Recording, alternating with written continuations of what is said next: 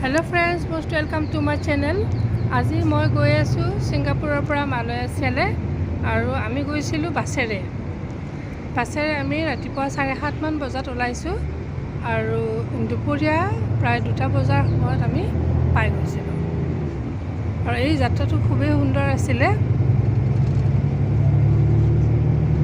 Malaysia আৰু সিঙ্গাপুৰৰ সংযোগী পথছোৱা খুব ধুনীয়া আমাৰ বাছখন প্ৰায় ঘণ্টাত 100 কিলোমিটাৰ স্পীডত গৈছিল আৰু ৰাস্তাত কোনো যানজট নাই স্পীড ব্ৰেকাৰ নাই আৰু হেহে আমাৰ যাত্ৰা খুব সুন্দৰ আছিল আৰু মোৰ এই যাত্ৰাটো আপোনালোকৰ লগত শেয়াৰ কৰিছো আশা কৰোঁ আপোনালোকে মোৰ ভিডিঅ'টো ভাল পাব আৰু ভাল পালে নিশ্চয় লাইক এটা দিব বুলি আশা কৰিলো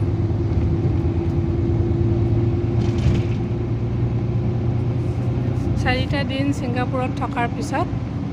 আমাৰ মালয়েছিয়া যাত্ৰা মালয়েছিয়া গৈ পাই আমি প্ৰথমতে হোটেললৈ গলো তাৰ পিছত আমাৰ দিনটোৰ যিখিনি চাবলগীয়া আছে সেইখিনি চাম এয়া এজোপা আনকমন গছ দেখিলো আৰু এয়া আমি হোটেলত উপস্থিত হৈছিলো হোটেলৰ গোটেই পৰিৱেশটো খুব সুন্দৰ আছিল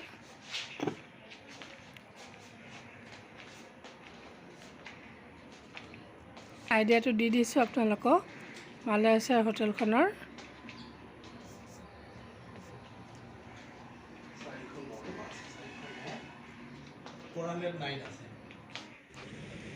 আৰু ইয়াৰ পিছত আমি গৈছিলো মালয়েছিয়াৰ মহাৰাজা পেলেচলৈ ইয়াত আপোনালোকে আসলতে গম পায় সুখী হ'ব যে তাত এতিয়াও ৰজাৰ প্ৰথাটো আছে আৰু তেওঁলোকৰ কাৰণে এনেকুৱা এটা পেলেচ আছে বহুত ডাঙৰ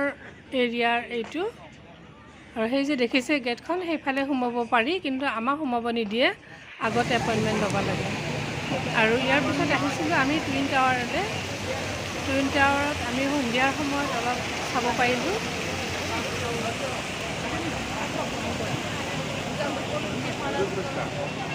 দেশ বিদেশৰ পৰ্যটকেৰে ভৰি আছিল টুইন টাৱাৰৰ সন্মুখত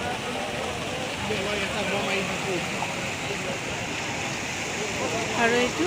টুইন টাৱাৰ এইটো ষ্টিল আৰু আইনাৰে বনোৱা আৰু আমি টুইন টাৱাৰ চাই আকৌ ওলালোঁ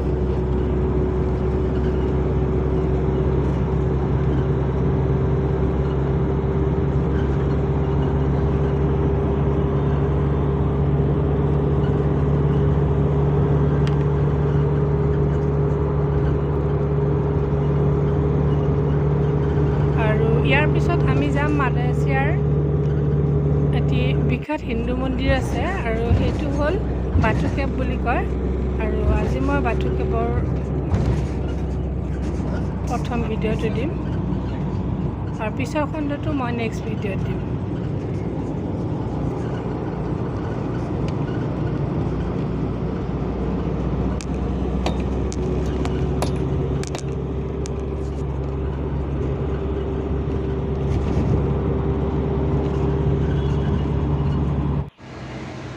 আৰু আমি আহি পালোহি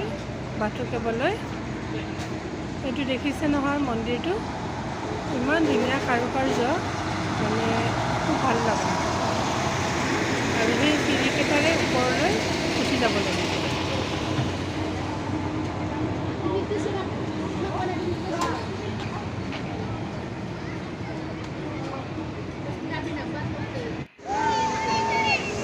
এইটো মন্দিৰ